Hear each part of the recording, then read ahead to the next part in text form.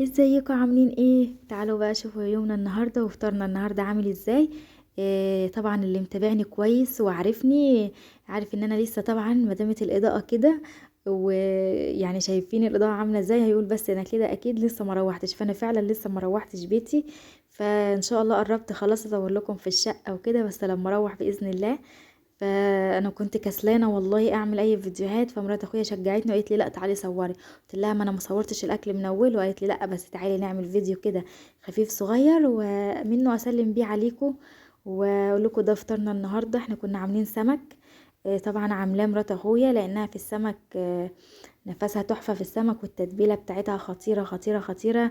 انا طبعا ما جبتهاش معاكم لان انا كنت نايمه وصحيت كده، فداخله المطبخ عادي قالت لي لا تعالي نصور. فهنا هي كانت رصت صواني السمك، وكانت عملت حبة كده بتنجان حلوين ووسط السمك. قلنا نظام تحبيشة كده في الأكل لأن زاد منها صلصة كتير، فقالت هعمل بيه بتنجان. وهنا دي صينية الرز، هتعمل كده صينية رز كده، الرز الأحمر الجميل ده اللي بيكون مع السمك طعمه طبعا تحفة، أنا بحبه جدا. وهي عملته عشان عارفة ان انا بحب الرز ده. فانا بقول لها ربنا يخليكي ليا وما يحرمش منك ابدا يا مرات اخويا القمر دي.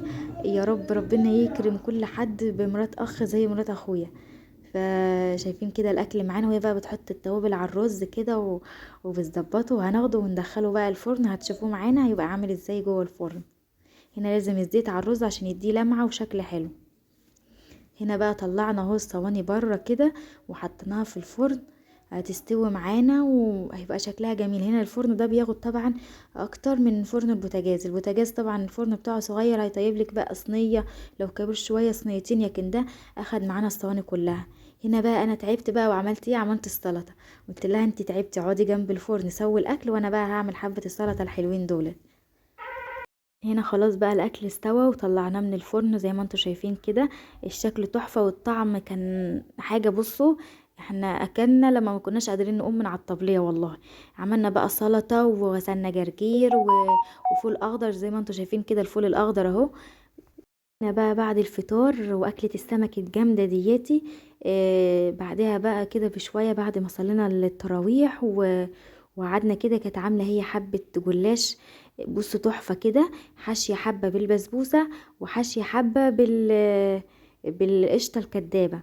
فبصراحة كان طعمهم تحفة وجمال، دي بالقشطة واللي قبلها كانت بالبسبوسة.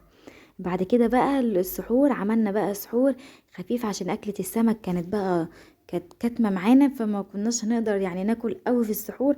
فعملنا كده سحور خفيف كده وبسيط وفي السريع، عشان بعد أكلة السمك كنا مدينها بصراحة، فما كانش في مجال للسحور قوي، يعني اللي هو عارفين أكل سمك ومية وعصير والكلام ده كله. فالسحور خليناه حاجة خفيفة. ده الفول الأخضر اللي انتوا شفتوه معايا على الطبلية في الفطار، ده سلقناه برضو في السحور، بابا بيحبه جدا في السحور. وهنا جهزنا العيش ويلا بقى سلام.